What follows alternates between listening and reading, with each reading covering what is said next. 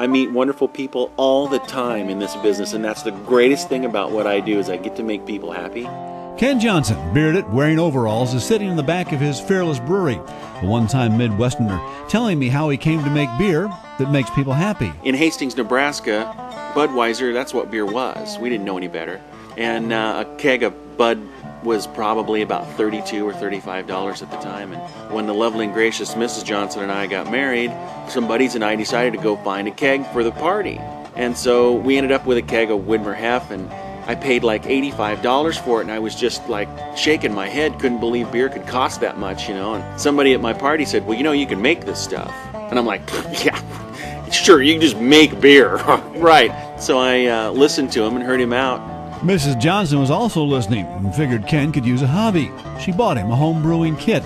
Over the years, that kit has turned into a 700-barrel-a-year brewery. I do what most other brewers do, and I make what I like, and I hope other people like it too. And we're just so blessed in the Northwest to have a beer customer base that they'll try just about anything you want to make, and as long as they can taste that beer and know that your heart and soul and your love is in it, they'll embrace it too. Living up to his childhood nickname, Fearless, the one-time drag racer decided to give Oregon beer drinkers something different than the usual IPA.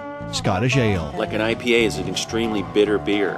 A traditional Scottish, hops don't grow well in Scotland, so they don't use a lot of it. So Scottish beers tend not to be very bitter. They use barley that they use to make, Scotch liquor. It has a kind of a hint of smokiness to it. Scottish beers have kind of a big caramel base to them. And if you do it right, they're not sweet, they just have a nice malt base to them. And if you're into malty beers, this is one for you. And I mean, there's not a lot of other breweries in the area that make a traditional Scottish, and that was really something I wanted to do. Someday, Ken may also do something else no other Oregon craft brewer is doing.